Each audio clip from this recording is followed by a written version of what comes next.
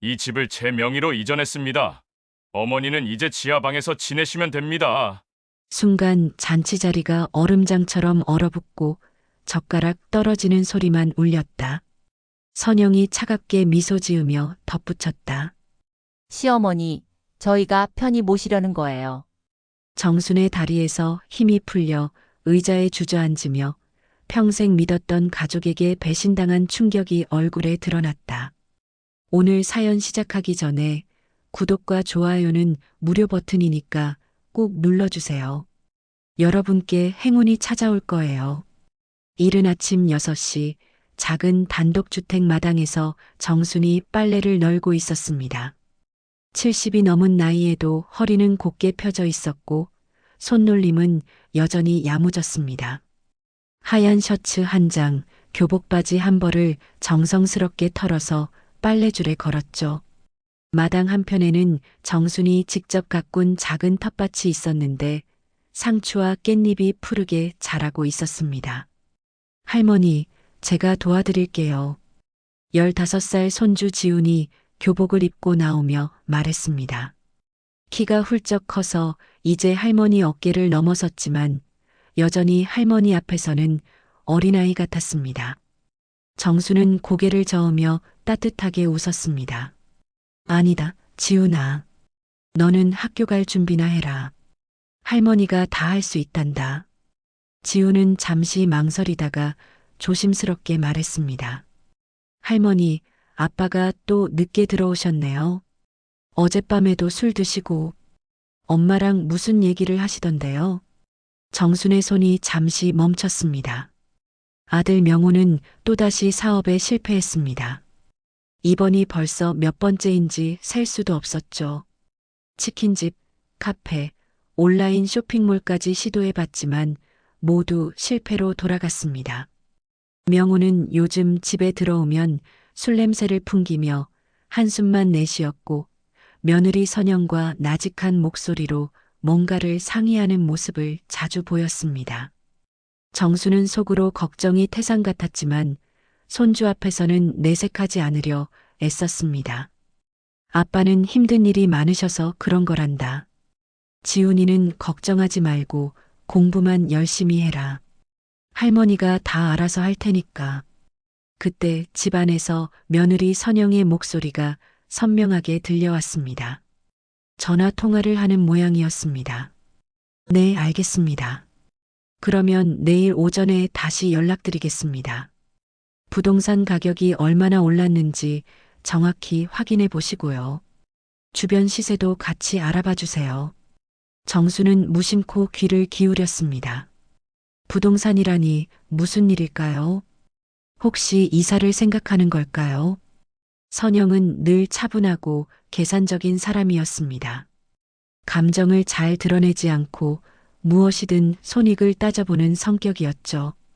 시어머니인 정순에게도 예의는 차렸지만 어딘지 모르게 차가운 벽이 느껴졌습니다. 명호가 늦은 아침 9시가 되어서야 일어나서 부엌으로 나왔습니다. 얼굴이 붓고 눈이 충혈되어 있었고 머리는 산발이었습니다. 선영이 된장찌개와 밥을 차려놓으며 담담하게 말했습니다. 여보, 오늘은 어디 가세요? 또 투자자 만나러 가야 해. 이번에는 정말 좀 될 것 같은데. 명호의 목소리에는 확신보다는 자기 위로가 더 많이 섞여 있었습니다. 선영이 찬물 한 잔을 건네며 말했습니다. 여보, 현실적으로 생각해봐야 하는 것 아닐까요? 계속 이렇게 빚만 늘어나면. 알고 있어. 명호가 날카롭게 말을 끊었습니다. 나도 이렇게 살고 싶어서 사는 줄 아나. 정수는 아들을 바라보며 가슴이 먹먹해졌습니다. 명호는 어릴 때부터 착한 아이였습니다. 친구들과 싸우는 법도 몰랐고 남을 속이거나 거짓말하는 것도 못하는 순진한 성격이었죠. 하지만 그런 성격이 사업에서는 독이 되었습니다. 사업 파트너에게 몇 번이나 배신당했고 돈을 빌려준 사람들에게도 사기를 당했습니다. 명호야, 너무 무리하지 마라. 천천히 해도 된다. 엄마가 있잖니. 명호가 어머니를 바라보며 씁쓸하게 웃었습니다. 엄마, 저도 이제 쉰이 다 되어 가는데 언제까지 이렇게 엄마한테 의존할 수는 없잖아요. 지훈이도 이제 고등학교 올라가는데. 선영이 끼어들었습니다. 시어머니, 사실 저희가 상의할 게 있어요. 지훈이 교육비며 생활비며 현실적으로 감당하기가 어려워서요. 정순의 가슴이 덜컥 내려앉았습니다. 뭔가 심상치 않은 기운을 느꼈지만 일단은 조용히 듣기로 했습니다. 지훈이 아침을 먹으며 조심스럽게 물었습니다. 아빠, 제가 아르바이트라도 해볼까요? 친구들 중에 편의점에서 일하는 애들도 있어요. 안 된다. 정순이 단호하게 말했습니다. 지훈이는 공부만 하면 된다. 돈 걱정은 어른들이 할 일이야. 선영이 미묘한 표정을 지으며 말했습니다. 하지만 시어머니, 현실은 현실이잖아요. 지훈이도 이제 철이 들었으니까 집안 사정을 알아야 하는 것 아닐까요? 지훈이 학교에 가고 난 후 집안이 조용해졌습니다. 명호는 투자자를 만나러 나갔고 선영은 또다시 전화 통화에 바빴습니다. 정수는 혼자 거실에 앉아서 깊은 생각에 잠겼습니다. 이 집은 남편이 평생 모은 돈으로 마련한 곳이었습니다. 비록 크지는 않지만 마당이 있고 햇볕이 잘 드는 남영집이었죠. 남편은 돌아가시기 전에 정순의 손을 꼭 잡으며 말씀하셨습니다. 정순아, 이 집만은 꼭 지켜라. 명호가 좀 부족해도 지훈이가 클 때까지는 안전한 보금자리가 있어야 한다. 약속해라. 정수는 그 약속을 지키려 필사적으로 애썼습니다. 아들이 사업에 실패할 때마다 집을 담보로 돈을 빌려달라고 애원했지만 정수는 완강히 거절했습니다. 마지막 보루만큼은 지켜야 한다고 생각했거든요. 오후가 되자 정수는 텃밭에서 상추를 따며 생각했습니다. 며느리 선영이 계속 부동산 얘기를 하는 것이 신경 쓰였습니다. 혹시 이 집을 팔자는 얘기는 아닐까요? 정수는 고개를 저었습니다. 설마 그런 일은 없을 거라고 믿고 싶었습니다. 지훈이만큼은 바르게 키워야 한다. 정수는 상추잎에 맺힌 이슬을 보며 속으로 다짐했습니다. 아들 명호는 이미 성인이고 며느리 선영도 자기 뜻이 분명한 사람입니다. 하지만 지훈은 달랐습니다. 아직 어리고 순수했고 할머니를 믿고 따랐습니다. 돈에 휘둘리지 않는 바른 사람으로 키우고 싶었습니다. 저녁이 되어온 가족이 모였을 때 선영이 조심스럽게 말을 꺼냈습니다. 시어머니, 사실 부동산에서 연락이 왔어요. 우리 집 시세를 알아봤는데 생각보다 많이 올랐다고 하더라고요. 정순의 젓가락이 멈췄습니다. 그래서 한번 상의를 드리려고 했어요. 물론 결정은 시어머니가 하시는 거지만요. 명호가 끼어들었습니다. 엄마, 사실 저희 상황이 많이 어려워요. 이번에도 투자 얘기가 잘 안 풀렸고 정수는 조용히 밥을 먹으며 생각했습니다. 겉보기에는 평화로운 일상이었지만 이 집안에는 보이지 않는 균열이 조금씩 벌어지고 있었습니다. 명호의 거듭된 실패, 선영의 계산적인 시선, 그리고 가족을 지켜내려는 정순의 외로운 의지. 아무도 모르는 사이에 큰 폭풍이 다가오고 있었습니다. 한 달 후 정순의 칠순잔치 날이 되었습니다. 아침부터 선영이 분주하게 음식 준비를 했습니다. 갈비찜, 잡채, 전 종류까지 정성스럽게 차려놓았죠. 정수는 며느리의 정성이 고마우면서도 한편으로는 마음이 무거웠습니다. 요즘 며느리가 너무 친절했거든요.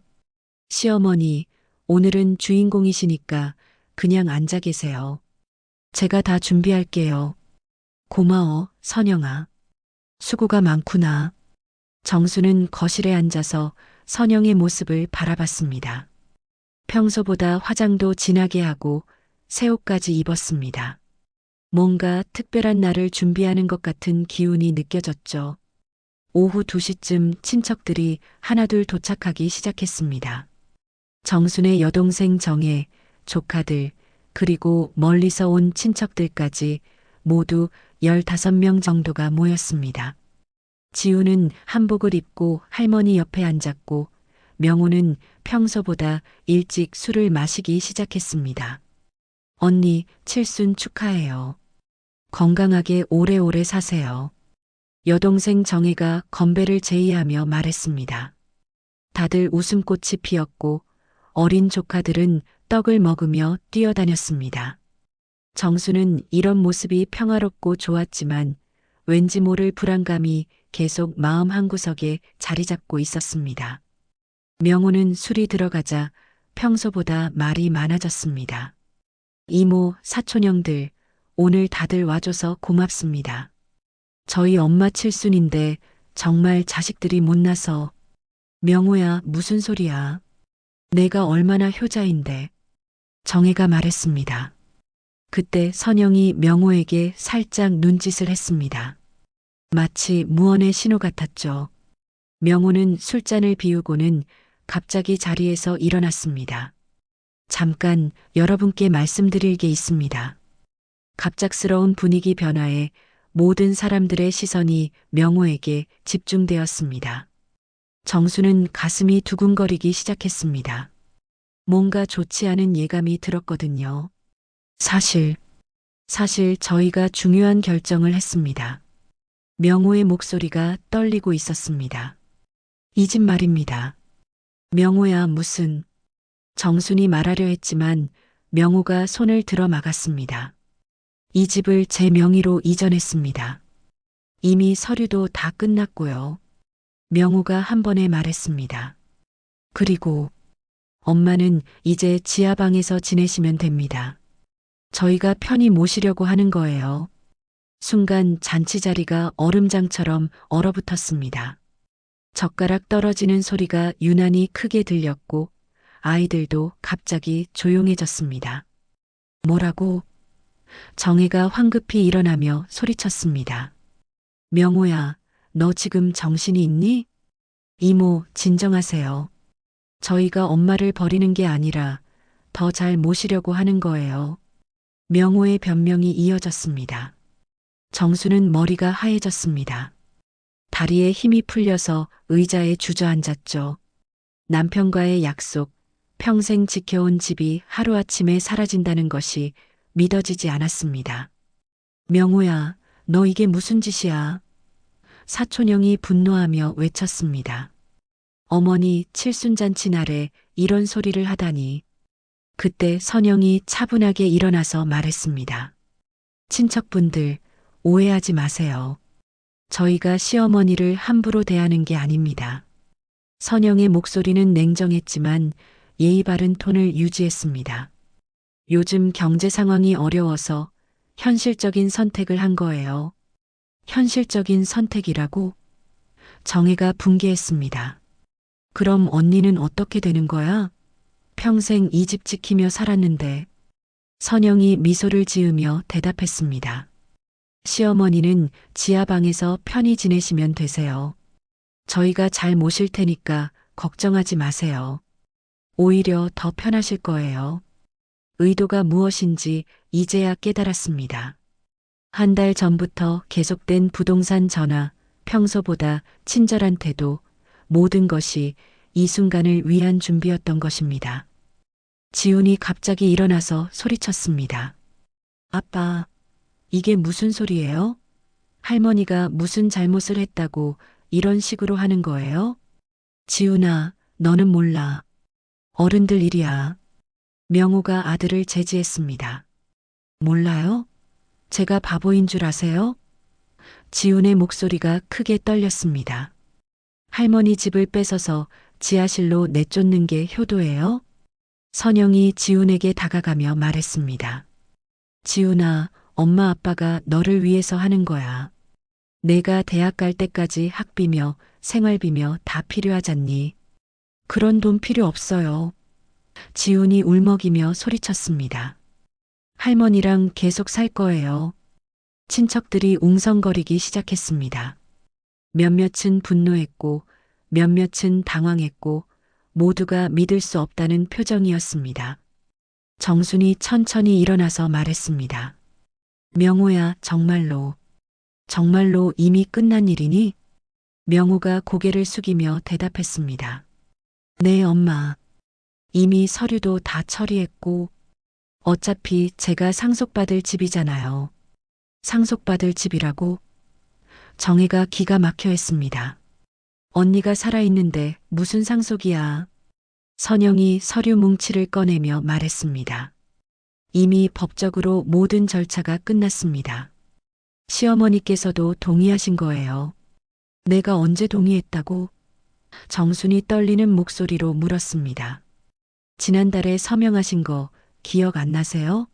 명호 사업 보증을 위한 서류라고 했을 때요. 선영의 설명에 정수는 머리가 복잡해졌습니다. 그제야 기억났습니다. 한 달 전 명호가 마지막 사업 기회라며 보증인이 필요하다고 했을 때 정수는 아들을 믿고 서명했었습니다. 그런데 그게 집 소유권 이전 서류였다니. 너희들이 나를 속인 거구나. 정순의 목소리에는 분노보다는 깊은 실망이 담겨 있었습니다. 그때 명호가 갑자기 울분을 터뜨렸습니다. 내가 이렇게 된 게 누구 때문인데요? 술에 취한 명호의 목소리가 집안에 울렸습니다. 어릴 때 엄마가 나버리고 장사 다닌 거 기억 안 나요? 난 늘 외로웠어요. 정수는 충격을 받았습니다. 명호야, 그게. 친구들은 다 엄마가 집에 있을 때 저는 혼자 라면 끓여 먹고 있었어요. 엄마는 늘 돈 벌러 나가고 저는 혼자 숙제하고 혼자 잤어요. 명호의 상처가 폭발했습니다. 정순의 가슴이 무너져 내렸습니다. 평생 자식을 위해 살았다고 믿었는데 아들의 기억은 완전히 달랐던 것입니다. 선영이 차갑게 미소를 지으며 덧붙였습니다. 시어머니, 저희가 편히 모시려는 거예요. 더 이상 집 관리하실 필요도 없고 편하게 지내시면 되잖아요. 정혜가 분노로 떨며 소리쳤습니다. 편히 모신다고? 언니를 지하실로 내쫓는 게 편히 모시는 거야? 그러나 선영은 흔들리지 않았습니다. 현실을 받아들이셔야 해요. 이미 모든 게 결정된 일이니까요. 잔치는 완전히 엉망이 되었습니다. 친척들은 하나둘 자리를 떠났고 아이들은 무슨 일인지 몰라 하며 울음을 터뜨렸습니다. 칠순을 축하하러 온 잔치가 가족의 배신과 오래된 상처를 폭로하는 자리가 되어버린 것입니다. 정수는 혼자 거실에 남아서 멍하니 앉아 있었습니다. 평생 믿고 살았던 가족에게 배신당한 충격, 그리고 남편과의 약속을 지키지 못한 자책감이 물밀듯이 밀려왔습니다. 정수는 며느리를 바라보며 깨달았습니다. 지금까지 보인 친절은 모두 연기였고 진짜 의도는 이 집이었다는 것을, 그리고 더 무서운 것은 이것이 끝이 아닐 수도 있다는 것이었습니다. 칠순잔치가 끝난 지 일주일이 지났습니다. 정수는 정말로 지하방으로 내려가야 했습니다. 작고 습한 공간에 간단한 침대와 옷장만 들여놓았죠. 창문도 작아서 햇빛이 거의 들어오지 않았습니다. 정수는 이 어둠 속에서 지난 일들을 되돌아보며 눈물을 흘렸습니다. 지우는 학교에서 돌아오자마자 할머니를 찾아 지하로 내려왔습니다. 할머니, 저 여기서 같이 살 거예요. 안 된다, 지우나. 너는 위에서 공부해야 해. 정순이 손주의 손을 잡으며 말했습니다. 아니에요. 할머니 혼자 두고 갈 수 없어요. 지훈의 목소리에는 분노와 슬픔이 섞여 있었습니다. 그때 위에서 명호와 선영의 목소리가 들려왔습니다. 둘이 무언가를 두고 다투는 것 같았죠. 지훈이 귀를 기울이자 정순도 함께 들어보았습니다. 여보, 이제 다음 단계를 생각해야 해요. 선영의 목소리였습니다. 무슨 다음 단계? 명호가 물었습니다. 시어머니 명의로 된 땅 있잖아요. 그것도 처리해야죠. 정순의 가슴이 덜컥 내려앉았습니다. 남편이 남겨준 작은 땅이 있었는데 그것까지 노리고 있었던 것입니다. 지훈이 화가 나서 위로 올라가려 하자 정순이 붙잡았습니다. 기다려, 지훈아. 더 들어보자. 명호의 목소리가 다시 들렸습니다. 그건 너무 심한 거 아니야? 집만으로도 충분하잖아. 충분하다고요? 선영의 목소리가 차가워졌습니다. 당신이 또 사업 실패하면 어떻게 할 건데요? 우리도 살아야 하고 지훈이 교육비도 생각해야죠. 하지만 그래도 엄마야. 명호의 목소리에는 갈등이 묻어 있었습니다. 당신 어머니요? 선영이 비웃듯 말했습니다. 당신을 버리고 장사나 다니던 그 어머니요?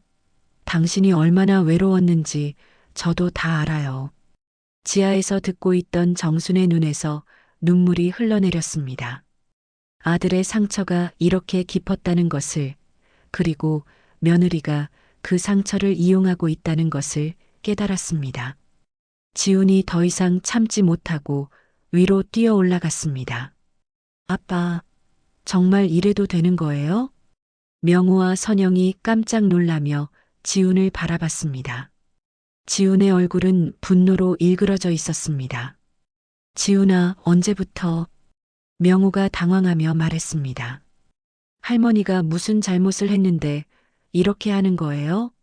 할머니는 아빠를 버린 게 아니라 우리를 살리려고 하신 거잖아요. 선영이 지훈에게 다가가며 말했습니다. 지훈아, 어른들 사정이 복잡한 거야. 내가 이해하기 어려울 거야. 이해할 수 없는 게 아니라 이해하고 싶지 않아요. 지훈이 소리쳤습니다. 엄마는 할머니 것까지 다 빼앗으려고 하는 거잖아요. 명호가 아들을 달래려 했습니다. 지훈아, 아빠도 힘든 거야. 어릴 때부터 상처가 많아서. 상처가 많다고 할머니한테 그렇게 해도 되는 거예요? 지훈의 눈에서 눈물이 흘렀습니다. 할머니가 얼마나 힘들어 하시는지 아세요? 그때 정순이 계단을 올라왔습니다. 지하에서 이 모든 대화를 듣고 있었던 것입니다. 명호야, 정순이 조용히 말했습니다. 엄마와 한번 얘기하자. 명호는 어머니와 눈을 마주치지 못했습니다. 선영은 팔짱을 끼고 차갑게 지켜보고 있었죠. 명호야, 엄마가 너를 버렸다고 생각하니? 정순이 물었습니다. 명호가 고개를 숙인 채 대답했습니다. 어릴 때 정말 외로웠어요. 엄마는 늘 시장에 나가 계시고 저는 혼자 집을 지켜야 했어요. 정순의 가슴이 아팠습니다. 그때 엄마가 시장에 나간 건 알아요. 돈 벌려고 하신 거죠. 하지만 그때 저는 그냥 엄마가 저보다 일이 더 중요한 줄 알았어요. 정순이 아들의 손을 잡았습니다. 미안하다, 명호야. 엄마가 그때 너무 어려서 너의 마음까지 살피지 못했구나. 선영이 끼어들었습니다. 시어머니, 지금 와서 그런 얘기를 해봤자 뭐해요. 이미 지난 일인데. 지난 일이 아니야. 정순이 며느리를 바라보며 말했습니다. 우리 명호의 마음속에 아직도 남아있는 상처잖니. 명호가 갑자기 울음을 터뜨렸습니다. 엄마, 저도 이러고 싶지 않아요. 하지만 계속 실패만 하고 가족들 먹여 살릴 능력도 없고. 명호야, 정순이 아들을 끌어안았습니다. 내가 실패한 게 엄마 때문이 아니야. 그리고 내가 나쁜 사람도 아니고. 지훈이 아버지를 바라보며 말했습니다. 아빠, 할머니는 아빠를 사랑하셨어요. 지금도 사랑하고 계시고요. 선영의 표정이 점점 차가워졌습니다. 이런 감정적인 화해 분위기가 자신에게 불리하다는 것을 알았기 때문입니다. 여보, 감정에 휩쓸리면 안 돼요. 현실을 봐야죠. 선영이 명호에게 말했습니다. 현실이 뭔데요? 지훈이 어머니를 향해 소리쳤습니다. 할머니를 지하실에 가두고 할머니 땅까지 빼앗는 게 현실이에요? 선영이 당황했습니다. 지훈이 땅 얘기까지 들었다는 것을 깨달았기 때문입니다. 지훈아, 그게 아니라. 선영이 변명하려 했지만 이미 모든 것이 드러난 상황이었습니다. 명호가 아내를 바라보며 물었습니다. 선영아, 정말로 엄마 땅까지 생각하고 있었어? 선영이 잠시 침묵하다가 대답했습니다. 당신을 위해서 하는 거예요. 우리 가족의 미래를 위해서 엄마를 희생시키면서. 명호의 목소리에 분노가 섞이기 시작했습니다. 정수는 이 상황을 지켜보며 깨달았습니다. 아들의 분노와 탐욕은 단순히 돈 문제가 아니라 어린 시절의 상처에서 비롯된 것이라는 것을, 그리고 며느리는 그 상처를 교묘하게 이용해 자신의 목적을 달성하려 한다는 것을. 명호야, 정순이 말했습니다. 엄마의 사랑이 부족했다면 미안하다. 하지만 지금이라도 우리가 진짜 가족이 될 수 있지 않을까? 명호는 어머니와 아내 사이에서 갈등했습니다. 오래된 상처와 현실적인 문제, 그리고 양심 사이에서 흔들리고 있었습니다. 그날 밤 명호는 술을 마시며 혼자 생각에 잠겼습니다. 어머니와의 대화 이후 마음이 복잡해졌거든요. 어린 시절의 외로움과 현재의 경제적 어려움, 그리고 아내의 압박감이 머릿속에서 뒤엉켜 있었습니다. 선영은 명호 옆에 앉아서 조심스럽게 말을 꺼냈습니다. 여보, 오늘 너무 감정적으로 반응한 거 아닌가요? 감정적이라고? 명호가 술잔을 내려놓으며 물었습니다. 시어머니가 몇 마디 다정하게 하시니까 금방 마음이 흔들리시네요.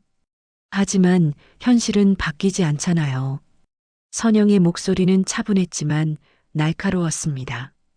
명호는 대답하지 않고 술만 마셨습니다. 마음 한편으로는 아내 말이 맞다고 생각했지만 다른 한편으로는 어머니에 대한 미안함이 계속 남아 있었습니다. 그때 지훈이 방에서 나와서 물을 마시러 부엌으로 갔습니다. 부모의 대화를 우연히 듣게 되었죠. 여보, 사실 부동산 업자에게서 연락이 왔어요. 선영이 목소리를 낮춰 말했습니다. 명호가 고개를 들었습니다. 무슨 연락? 시어머니 명의로 된 땅 말이에요.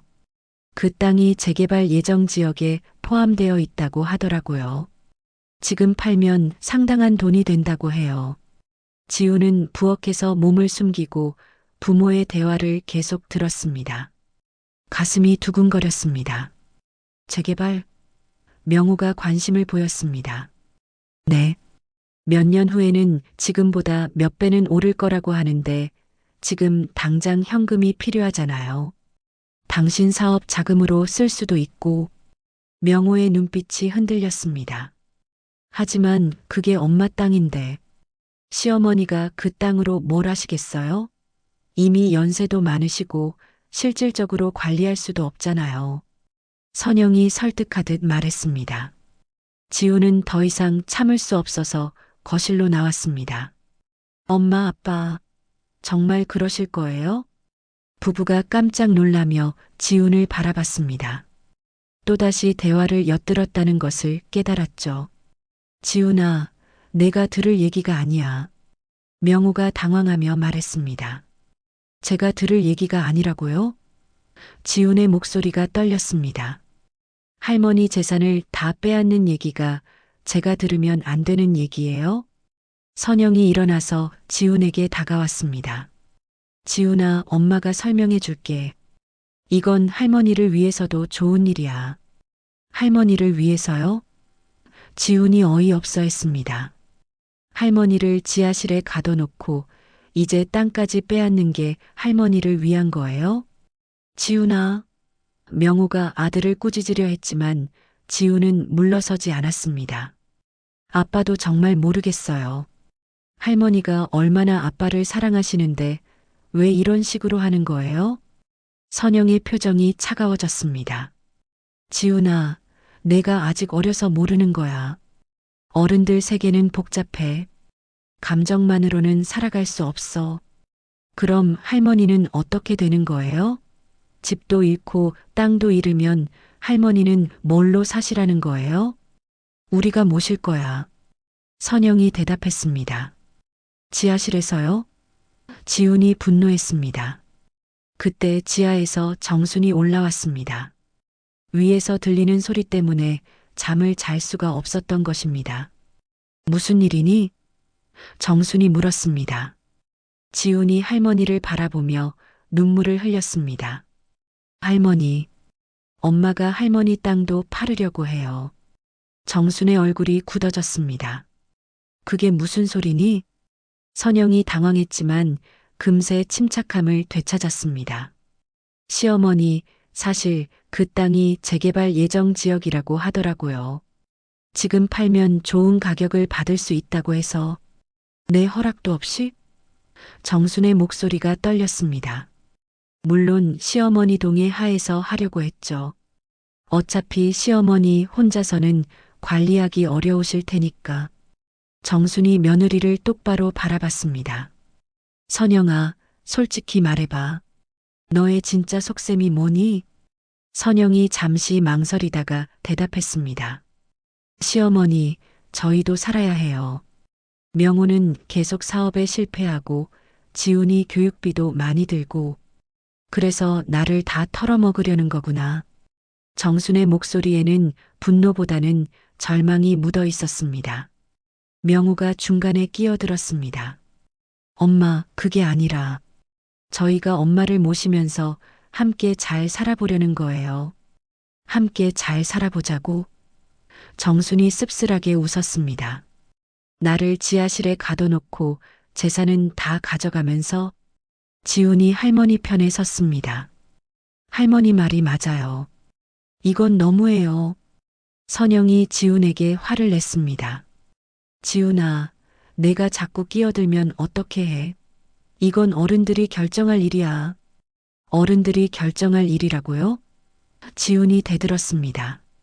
그럼 할머니 의견은 왜 안 물어봐요? 할머니도 어른이시잖아요. 선영의 얼굴이 일그러졌습니다. 이 아이가 정말. 그때 정순이 조용히 말했습니다. 선영아, 이제 그만하자. 내 본 모습을 다 보았다. 제 본 모습이요? 선영이 되물었습니다. 처음부터 계획이 있었겠지. 집만으로는 성에 안 차고 땅까지 다 가져가려고 했던 거야. 정순의 목소리는 담담했지만 서늘했습니다. 선영이 더 이상 숨기지 않기로 했습니다. 그래요, 맞아요. 시어머니가 가지고 계신 것들로는 우리가 새 출발할 수 있거든요. 어차피 시어머니 돌아가시면 다 우리 것이 될 텐데 미리 정리하는 게 뭐가 나빠요? 정수는 며느리의 차가운 진심을 듣고 충격을 받았습니다. 명호도 아내의 노골적인 말에 당황했습니다. 선영아, 그런 식으로 말하면 명호가 아내를 말리려 했습니다. 뭐가 잘못된 거예요? 선영이 오히려 당당했습니다. 현실적으로 생각해 보세요. 시어머니 연세도 많으시고 우리는 아직 살 날이 많잖아요. 지훈이 어머니를 보며 소름이 돋았습니다. 엄마, 정말 그런 마음이었어요? 선영이 지훈을 바라보며 말했습니다. 지훈아, 넌 나중에 이해하게 될 거야. 세상은 감정만으로 살 수 있는 곳이 아니야. 정수는 이 모든 상황을 지켜보며 깨달았습니다. 며느리의 탐욕이 생각보다 훨씬 깊다는 것을, 그리고 아들이 그 사이에서 갈등하고 있다는 것을, 더 무서운 것은 이것이 끝이 아닐 수도 있다는 것이었습니다. 며칠 후 정순이 갑자기 쓰러졌습니다. 지하방에서 혼자 지내던 중 어지럼증과 가슴 통증을 느끼며 바닥에 주저앉았죠. 다행히 지훈이 학교에서 돌아와 할머니를 발견하고 급히 병원으로 모셨습니다. 할머니, 할머니. 지훈이 응급실에서 정순의 손을 잡으며 울었습니다. 의사가 나와서 설명했습니다. 과도한 스트레스로 인한 급성 심근경색 초기 증상입니다. 다행히 큰 위험은 넘겼지만 절대 안정이 필요합니다. 명호와 선영이 뒤늦게 병원에 도착했습니다. 명호는 어머니의 모습을 보며 죄책감에 휩싸였고 선영은 겉으로는 걱정하는 척했지만 속으로는 다른 생각을 하고 있었습니다. 엄마, 괜찮으세요? 명호가 병상 옆에 앉으며 물었습니다. 정수는 힘없이 고개를 끄덕였습니다. 괜찮다. 지훈이가 빨리 발견해줘서. 지훈이 아버지를 원망스럽게 바라봤습니다. 아빠, 할머니가 이렇게 된 게 누구 때문인 줄 아세요? 선영이 지훈을 제지했습니다. 지훈아, 병원에서 큰 소리 내면 안 돼.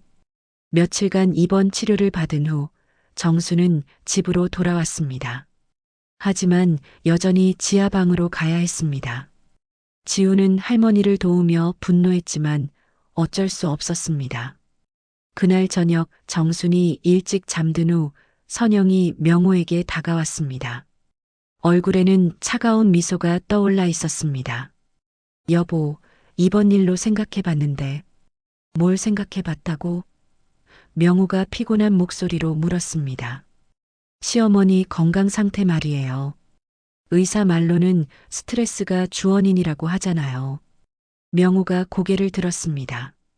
그래서 시어머니 나이도 많으시고 이런 일이 또 생길 수도 있잖아요. 선영의 목소리가 점점 낮아졌습니다. 명호는 아내가 무슨 말을 하려는지 감이 왔지만 차마 믿고 싶지 않았습니다. 보험금이라도 받아야죠. 선영이 마침내 본심을 드러냈습니다. 뭐라고? 명호가 충격을 받으며 일어났습니다. 시어머니 상태가 오래 못 갈 것 같아요. 그렇다면 우리도 준비를 해야 하는 거 아닌가요?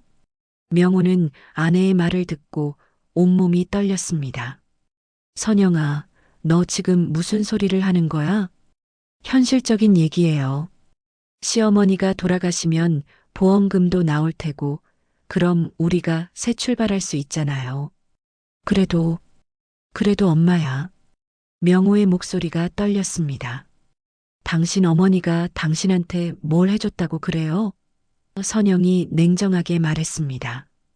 어릴 때 당신을 버리고 장사나 다니던 그 어머니 말이에요.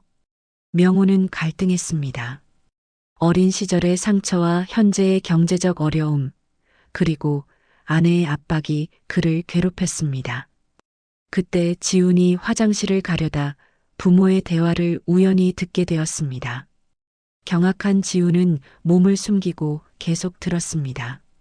여보, 사실 제가 알아본 게 있어요. 선영이 계속 말했습니다. 뭘 알아봤다고? 어머니 보험이요. 생각보다 꽤 많이 가입되어 있더라고요. 아버님이 살아계실 때 가입해 놓으신 것 같아요. 명호의 얼굴이 창백해졌습니다. 너, 그런 것까지 알아봤어? 당연하죠. 우리 가족의 미래를 위해서니까. 선영의 목소리에는 일말의 죄책감도 없었습니다.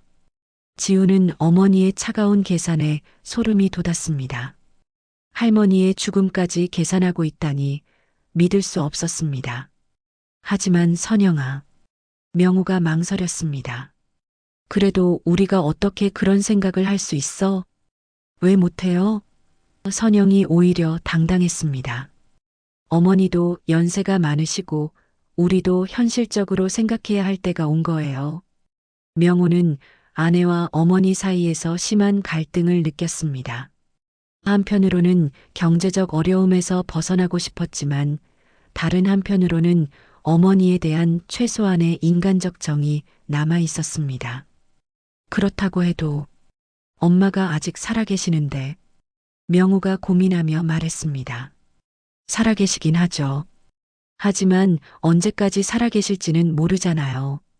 선영의 말에는 섬뜩한 여운이 담겨 있었습니다. 지우는 더 이상 참을 수 없어서 거실로 뛰어나왔습니다. 엄마, 정말 그런 생각을 하고 있었어요? 선영과 명호가 깜짝 놀라며 지훈을 바라봤습니다. 또다시 대화를 엿들었다는 것을 깨달았죠. 지훈아, 그게 아니라. 명호가 당황하며 변명하려 했습니다. 아빠도 그런 생각하고 있는 거예요? 지훈의 목소리가 떨렸습니다. 할머니가 죽기를 바라는 거예요? 지훈아, 엄마 아빠가 그런 뜻으로 한 얘기가 아니야. 선영이 침착하게 말했습니다. 그럼 보험금 얘기는 뭐예요? 할머니가 언제까지 살아계실지 모른다는 건 뭐예요? 선영의 얼굴이 차갑게 굳어졌습니다. 지훈아, 내가 이해하기에는 너무 복잡한 얘기야. 복잡한 게 아니라 나쁜 거예요. 지훈이 울먹이며 소리쳤습니다. 할머니를 죽이려고 하는 거잖아요. 명호가 아들을 달래려 했습니다. 지훈아, 아빠가 그런 생각을 하는 건 아니야. 그냥 만약에 대비한다고요? 지훈이 분노했습니다. 그럼 할머니가 빨리 죽어주면 좋겠다는 거네요. 선영이 지훈에게 다가가며 차가운 미소를 지었습니다. 지훈아, 세상은 내가 생각하는 것보다 잔인해. 감정만으로는 살 수 없어. 그렇다고 할머니를. 지훈이 말을 잇지 못했습니다. 그때 지하에서 정순이 올라왔습니다. 위층의 소란을 듣고 온 것입니다. 무슨 일이니, 지훈아? 정순이 손주를 바라보며 물었습니다. 지훈은 할머니를 바라보며 눈물을 흘렸습니다. 차마 진실을 말할 수 없었습니다. 선영이 정순에게 다가가며 말했습니다. 시어머니, 별일 아니에요. 지훈이가 좀 예민해져서. 정순은 며느리의 얼굴을 보며 뭔가 심상치 않다는 것을 느꼈습니다. 공기 중의 감도는 차가운 기운이 평소와 달랐습니다. 정말 별일 아니니? 정순이 다시 물었습니다. 명호는 어머니와 눈을 마주치지 못했습니다. 양심의 가책 때문이었죠. 반면 선영은 당당하게 정순을 바라보며 미소 지었습니다. 그 미소 속에는 무서운 계산이 숨어 있었습니다. 며칠 후 정수는 퇴원 후 체력을 회복하기 위해 지하방을 정리하고 있었습니다. 습기 때문에 곰팡이가 피기 시작한 옷들을 꺼내면서 오래된 장롱 뒤편에서 뭔가 딱딱한 것이 만져졌습니다. 이게 뭐지? 정순이 손을 뻗어 꺼낸 것은 낡은 봉투였습니다. 남편이 생전에 숨겨둔 것 같았죠. 봉투를 열어보니 오래된 토지 증서와 함께 편지 한 통이 들어 있었습니다. 토지 증서를 보며 정수는 깜짝 놀랐습니다. 남편이 말해주지 않았던 땅이 하나 더 있었던 것입니다. 그것도 시내에서 그리 멀지 않은 곳에 있는 제법 큰 땅이었죠. 여보, 이런 땅까지 남겨두셨군요. 정수는 떨리는 손으로 편지를 펼쳤습니다. 남편의 익숙한 글씨체가 보였습니다. 명호야, 아버지가 너에게 하고 싶은 말이 있다. 내가 어릴 때 엄마가 장사를 나간 것을 원망할 수도 있겠지만 그건 너를 살리기 위해서였다. 우리가 얼마나 가난했는지, 너에게 밥 한 끼라도 더 먹이려고 엄마가 얼마나 애썼는지 너는 몰랐겠지. 엄마를 원망하지 마라. 엄마의 사랑은 늘 내 곁에 있었다. 정순의 눈에서 눈물이 흘러내렸습니다. 남편이 아들에게 하지 못한 말을 편지로 남겨둔 것이었습니다. 편지는 계속 이어졌습니다. 이 땅은 너희 모자를 위해 남겨두는 것이다. 힘들 때 이것으로 버텨라. 그리고 명호야, 엄마를 끝까지 모셔드려라. 그것이 아들의 도리다. 정수는 편지를 가슴에 안고 한참을 울었습니다. 남편의 마지막 부탁이 담긴 편지였고 동시에 아들에게 보내는 사랑의 메시지였습니다. 명호에게 이 편지를 보여줘야겠어. 정수는 서둘러 위층으로 올라갔습니다. 마침 명호가 거실에서 신문을 보고 있었습니다. 선영은 부엌에서 설거지를 하고 있었죠. 명호야, 잠깐 이리 와봐. 명호가 어머니에게 다가왔습니다. 뭐예요, 엄마? 정순이 편지와 토지 증서를 내밀었습니다. 이거 내 아버지가 너에게 남긴 거야. 명호가 편지를 받아 읽기 시작했습니다. 처음에는 무심했던 표정이 점점 진지해졌고 마지막에는 눈물을 글썽였습니다. 아버지가 이런 편지를. 내 아버지는 내가 엄마를 원망할까봐 늘 걱정하셨어. 그래서 진실을 편지로 남겨두신 거야. 명호는 편지를 다시 읽으며 어린 시절을 떠올렸습니다. 엄마가 새벽에 일어나 밥을 해주던 모습, 밤늦게 돌아와서도 자신의 숙제를 챙겨주던 모습들이 기억났습니다. 엄마, 제가 잘못 생각했네요. 그때 선영이 부엌에서 나와 편지를 보며 물었습니다. 뭔가요, 그게? 아버지가 명호에게 보낸 편지야. 정순이 대답했습니다. 선영의 시선이 토지 증서로 향했습니다. 그건 뭐고요? 아버지가 남겨주신 땅이 하나 더 있었어. 명호가 증서를 보며 말했습니다. 선영의 눈빛이 변했습니다. 땅이요? 어디에 있는 땅인데요? 정순이 선영의 표정 변화를 놓치지 않았습니다. 역시 며느리의 관심은 땅에 있었습니다. 시내에서 그리 멀지 않은 곳이야. 꽤 큰 땅이더구나. 선영이 다가와서 증서를 자세히 보려 했습니다. 혹시 얼마나 큰 땅인지 알 수 있을까요? 명호가 편지를 다 읽고 어머니를 바라봤습니다. 엄마, 정말 미안해요. 제가 어릴 때 일을 잘못 이해했네요. 괜찮다, 명호야. 이제라도 알게 되었으니까. 선영이 끼어들었습니다. 그래서 그 땅은 어떻게 할 생각이세요? 정순이 며느리를 쳐다봤습니다. 왜? 그 땅도 내가 가져가고 싶니? 그런 뜻이 아니라. 선영이 당황하며 변명했습니다. 명호가 아내를 바라보며 말했습니다. 선영아, 이건 아버지가 우리 가족을 위해 남겨주신 거야. 함부로 처분할 수 있는 게 아니야.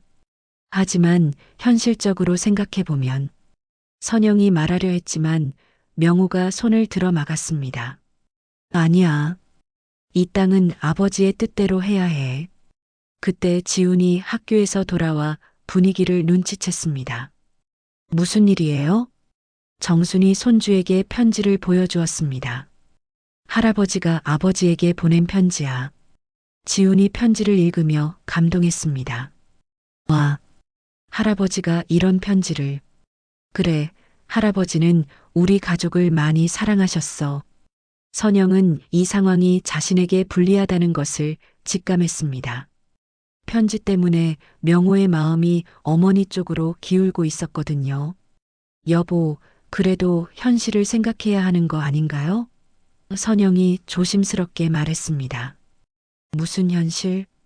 명호가 물었습니다. 우리 빚도 많고 지훈이 교육비도 필요하고 그 땅을 활용하면 많은 도움이 될 텐데요. 지훈이 어머니를 바라보며 말했습니다. 엄마, 할아버지 뜻을 무시하는 거예요?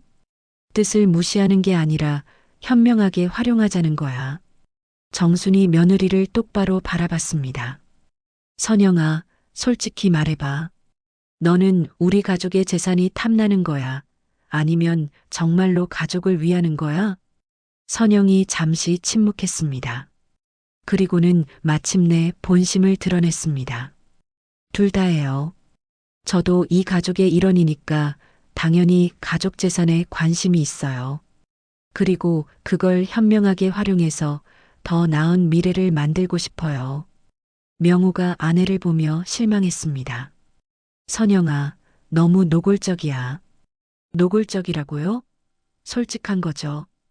감정에만 휘둘려서는 현실을 살 수 없어요. 정순이 고개를 저으며 말했습니다. 이제 알겠구나. 내가 처음부터 우리 재산을 노리고 있었다는 걸. 선영이 더 이상 숨기지 않았습니다. 그래요, 맞아요. 하지만 그게 뭐가 잘못된 건가요? 저도 이 가족을 위해서 하는 일인데. 명호는 편지를 다시 보며 아버지의 마지막 부탁을 떠올렸습니다. 엄마를 끝까지 모셔드려라는 그 말이 가슴에 와 닿았습니다. 선영아, 명호가 진지하게 말했습니다. 아버지 편지를 읽고 나니까 생각이 달라졌어. 우리가 너무 잘못하고 있었던 것 같아. 선영의 얼굴이 굳어졌습니다. 상황이 자신에게 완전히 불리하게 돌아가고 있다는 것을 깨달았습니다. 그날 밤 선영은 잠들지 못하고 뒤척였습니다. 남편의 마음이 시어머니 쪽으로 완전히 기운 것을 느꼈기 때문입니다. 이대로 가면 자신의 계획이 모두 물거품이 될 수도 있었습니다. 새벽에 선영은 명호를 깨웠습니다. 여보, 잠깐 얘기 좀 해요. 명호가 잠결에 일어나며 물었습니다. 뭐가 그렇게 급해? 시어머니 딱 말이에요. 정말 그냥 놔둘 거예요? 아버지 편지 읽었잖아. 함부로 건드릴 수 없어. 선영이 화를 내며 말했습니다. 편지 하나 때문에 우리 인생을 포기할 거예요? 현실을 보세요. 현실이 뭔데? 엄마를 괴롭히고 재산을 빼앗는 게 현실이야? 선영의 목소리가 날카로워졌습니다. 당신은 정말 답답해요. 기회가 왔을 때 잡아야 하는 거예요. 다음 날 아침 선영은 마지막 카드를 꺼내기로 결심했습니다. 정순이 아침을 먹고 있을 때 부동산 업자를 집으로 불러들였습니다. 안녕하세요. 어제 전화로 말씀드린 김 대리입니다. 정순과 지훈이 놀라며 부동산 업자를 바라봤습니다. 명호도 당황했습니다. 선영아, 이게 뭐야? 명호가 물었습니다. 여보, 전문가 의견을 들어보자고요. 그 땅이 정말 얼마나 가치 있는지. 부동산 업자가 서류를 펼치며 설명했습니다. 이 일대가 내년에 대규모 개발 예정입니다. 지금 매도하시면 시세의 2배는 받으실 수 있어요. 정순이 분노하며 일어났습니다. 누가 팔겠다고 했니? 선영이 냉정하게 대답했습니다. 시어머니, 이런 기회를 놓치면 후회하실 거예요. 시어머니 연세도 많으시고 실용적으로 생각하셔야죠. 실용적으로? 정순의 목소리가 떨렸습니다. 남편의 유언까지 무시하고 선영이 마침내 본색을 드러냈습니다. 시어머니, 죽은 사람 말보다 산 사람들 미래가 더 중요하지 않나요? 지훈이 충격을 받으며 소리쳤습니다. 엄마, 어떻게 그런 말을 해요? 지훈아, 현실을 봐. 할머니가 그 땅을 가지고 있어봤자 뭐해? 우리가 활용해야 의미가 있는 거야. 부동산 업자가 끼어들었습니다. 참고로 말씀드리면 내년 이후에는 개발 제한이 걸려서 매도가 어려워질 수도 있습니다. 선영이 기회를 놓치지 않고 말했습니다. 봐요, 지금이 아니면 기회가 없을 수도 있어요. 명호가 괴로워하며 말했습니다. 하지만 아버지 뜻이, 당신 아버지가 지금 살아계시면 분명히 팔라고 하실 거예요. 선영이 강하게 주장했습니다. 가족의 미래를 위해서요. 정순이 며느리를 똑바로 바라보며 말했습니다. 선영아, 마지막으로 묻겠다. 정말로 그 땅까지 가져가겠니? 네, 가져가겠어요. 선영이 당당하게 대답했습니다. 그 땅은 제 아들 지훈 이름으로 넘겨야 해요. 그래야 우리가 살 수 있어요. 지훈이 어머니를 보며 분노했습니다. 제 이름을 이용하지 마세요. 저는 할머니 편이에요. 지훈아, 넌 아직 어려서 몰라. 돈이 얼마나 중요한지. 그때 명호가 갑자기 일어났습니다. 며칠간의 고민 끝에 결심을 한 모양이었습니다. 선영, 이제 그만해. 선영이 놀라며 남편을 바라봤습니다. 뭐라고요? 엄마를 더는 괴롭히지 마. 명호의 목소리는 확고했습니다. 여보, 정신 차려요. 이런 기회를 놓치면. 기회라고? 명호가 아내를 바라보며 말했습니다. 엄마를 배신하는 게 기회야? 선영의 얼굴이 일그러졌습니다.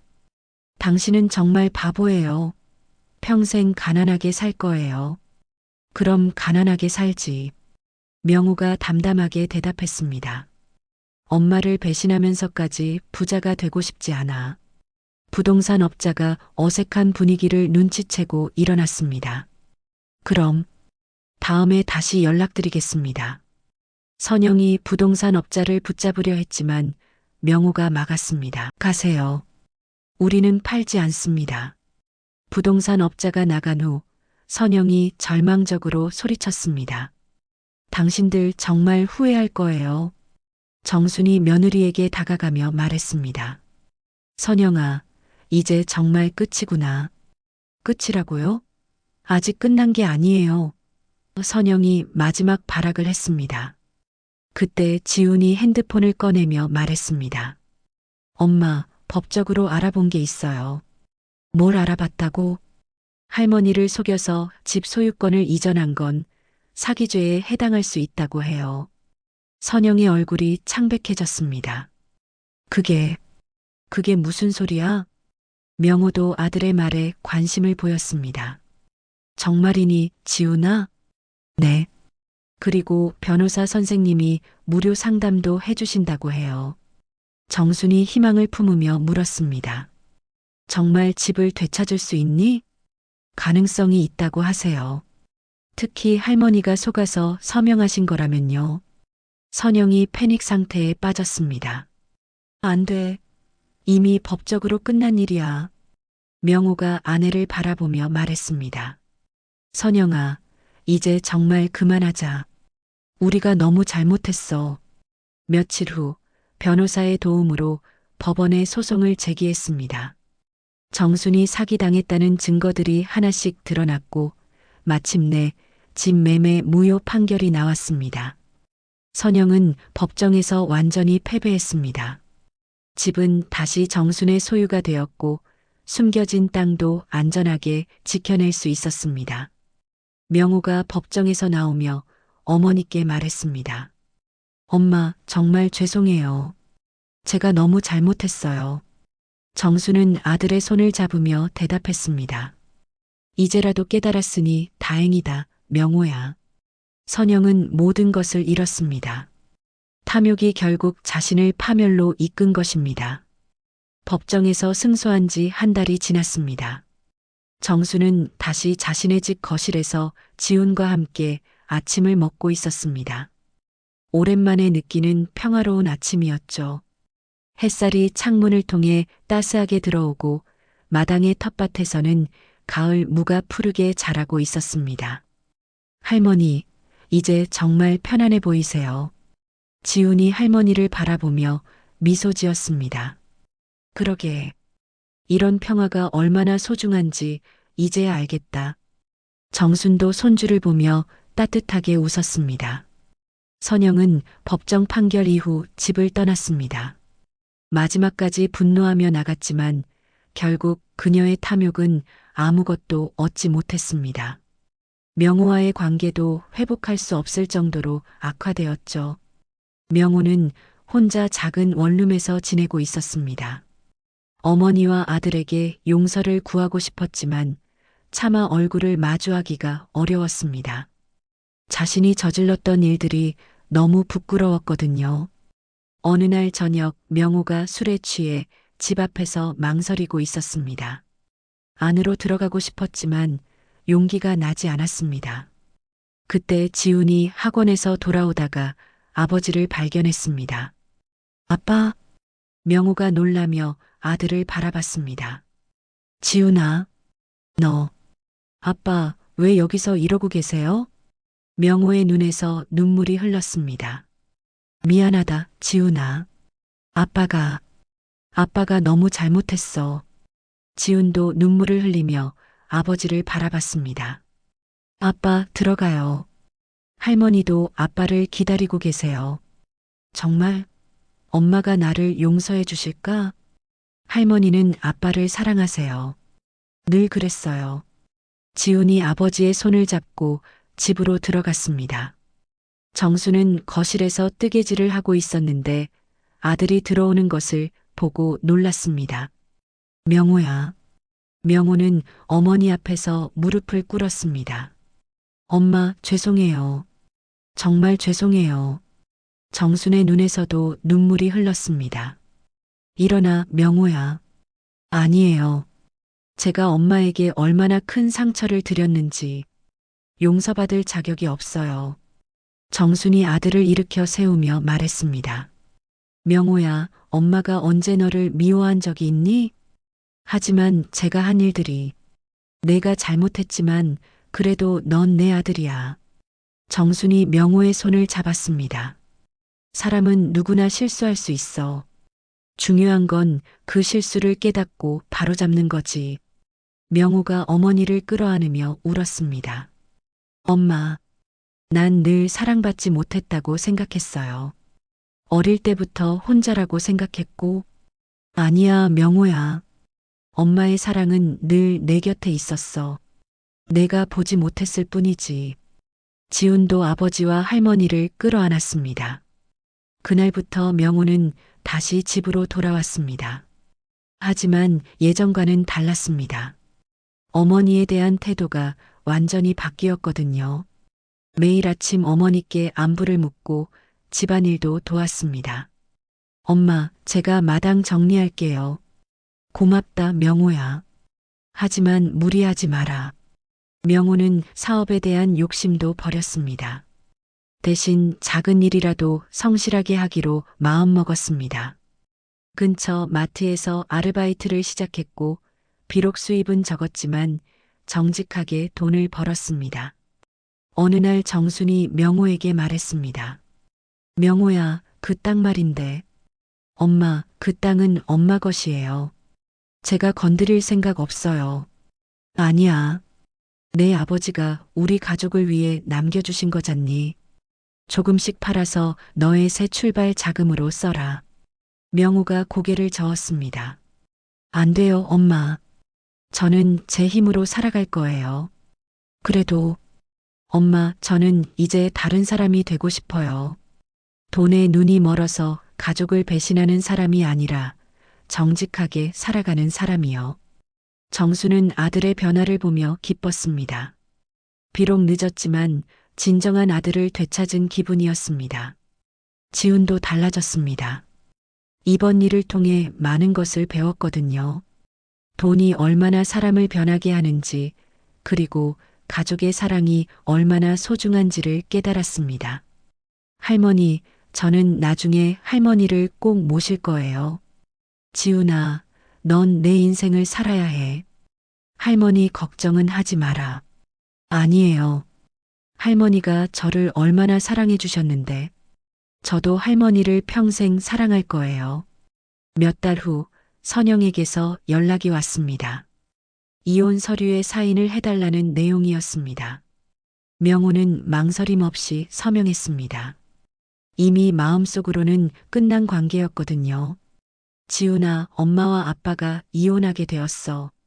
지훈이 아버지를 바라보며 말했습니다. 아빠, 괜찮으세요? 응. 오히려 후련해. 이제 정말 새 출발할 수 있을 것 같아.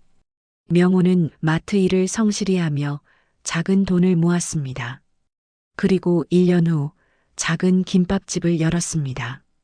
어머니가 해주던 김밥 맛을 그대로 재현한 것이었죠. 엄마, 제가 만든 김밥 어때요? 정순이 한 입 먹어보고 미소 지었습니다. 맛있다.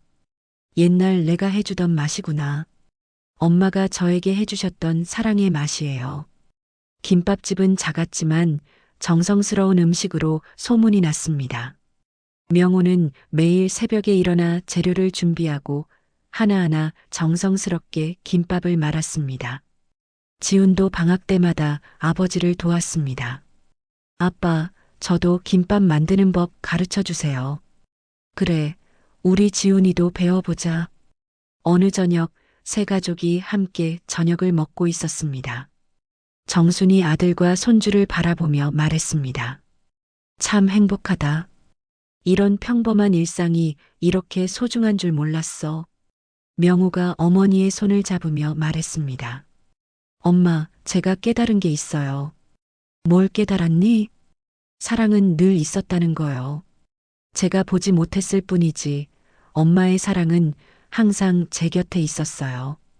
정순의 눈에서 눈물이 흘렸습니다. 그걸 이제야 깨달았구나. 늦었지만 이제라도 깨달아서 다행이에요. 앞으로는 제가 엄마를 사랑으로 모실게요.